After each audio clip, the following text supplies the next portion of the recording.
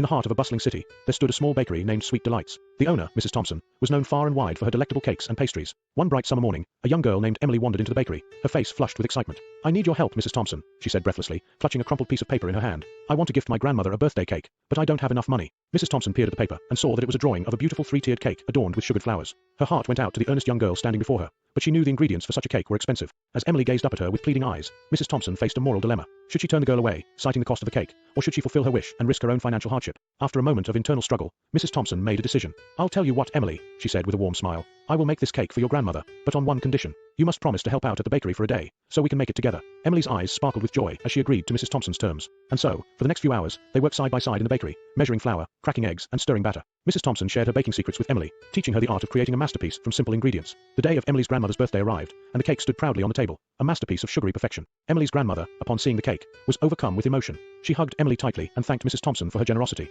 As she watched the joy on their faces, Mrs. Thompson knew she had made the right choice. The moral dilemma she had faced had led to a moment of connection and kindness that far outweighed any financial concerns. And so, Sweet Delights continued to thrive, not just as a bakery, but as a place where moral dilemmas were met with compassion and goodwill, one cake at a time.